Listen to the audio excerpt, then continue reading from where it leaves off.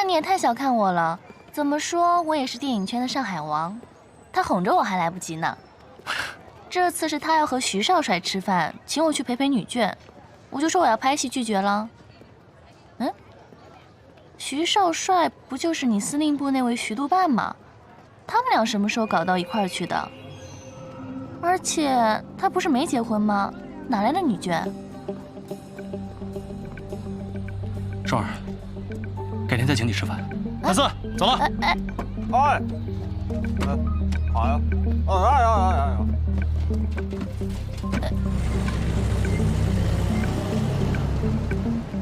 说走就走，谁在乎的是饭啊？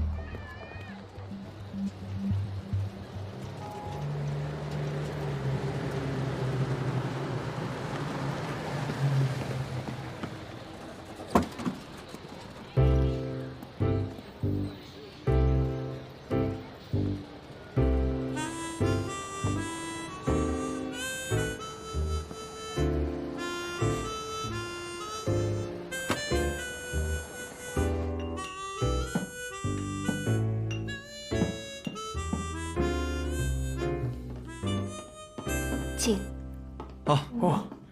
费董。我是督办，幸会。费董，光耀来上海也几个月了，一直琐事缠身，没有机会登门拜访您。副帅已经怪罪我了，让我今晚好好陪您喝几杯。对了，这位小姐可是木工从日本归来的女儿吗？是吗？让我介绍一下，这位是穆婉清小姐，现在是我的外文秘书。穆小姐前几次酒会都是惊鸿一瞥，今日一见真是气质不凡，不愧为上海第一千金。总统大人过奖了，以后在上海的工作还请总统大人多指教。那我乐意为穆小姐效劳。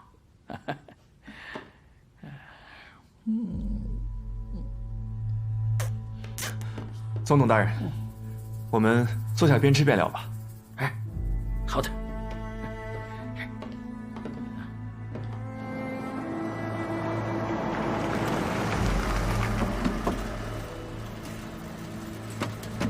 哎，司令，穆小姐跟徐督办吃饭，你还要盯着呀？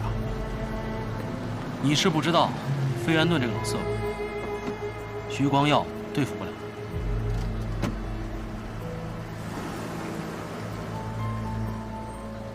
费董，今天工部局抄送了我们司令部一份关于日本经济产业省的通报，里面提到日本棉纱厂愿意提供低息贷款给中国纱厂，不知您是否有留意到呢？这个我注意到了，不过这是棉纱行业的问题啊，穆小姐是最有发言权的啊。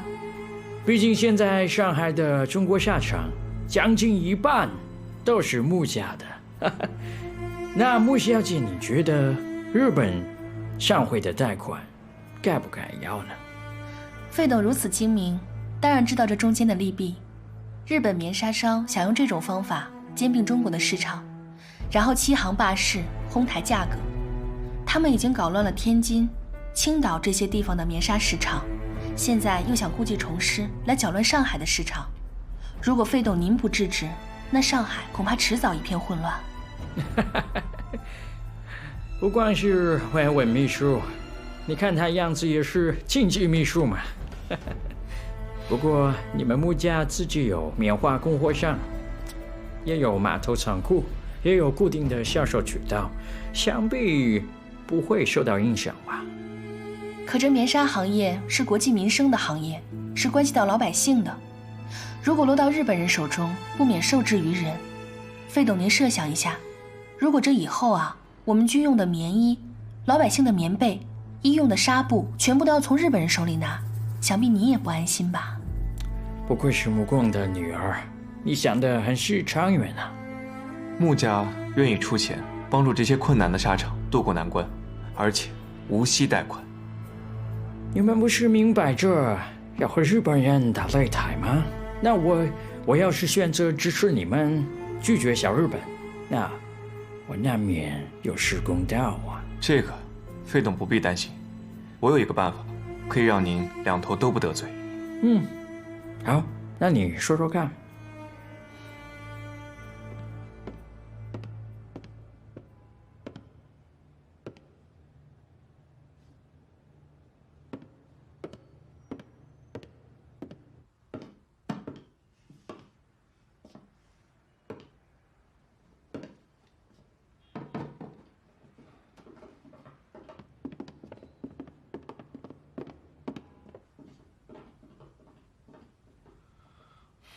费董，谭家军正在等待解散安置。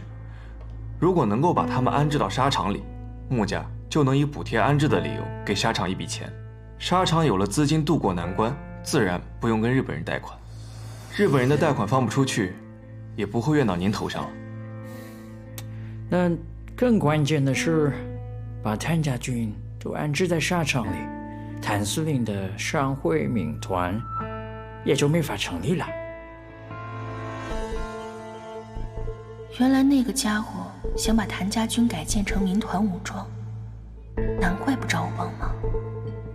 徐少帅，你兜了那么大一个圈子，你是不是就是想把这个民团的事叫黄啊？对吗？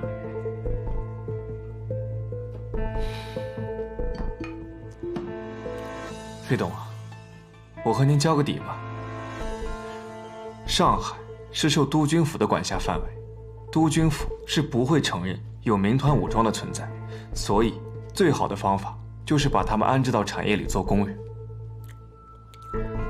穆小姐，此事关系到你们穆家的利益，那你是让我得罪日本人和谭司令？难道你不该先和我喝几杯吗？那你就表示一下你的诚意。来，来。费董啊，穆小姐酒量浅，还是我陪您喝吧。穆小姐，你请我帮忙，但是你不跟我喝酒，那没有诚意嘛？费董，这洋酒我实在是喝不惯。没有问题，来，我们喝中国茅台怎么样？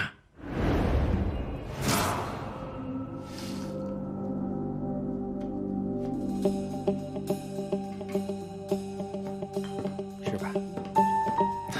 来，慢点。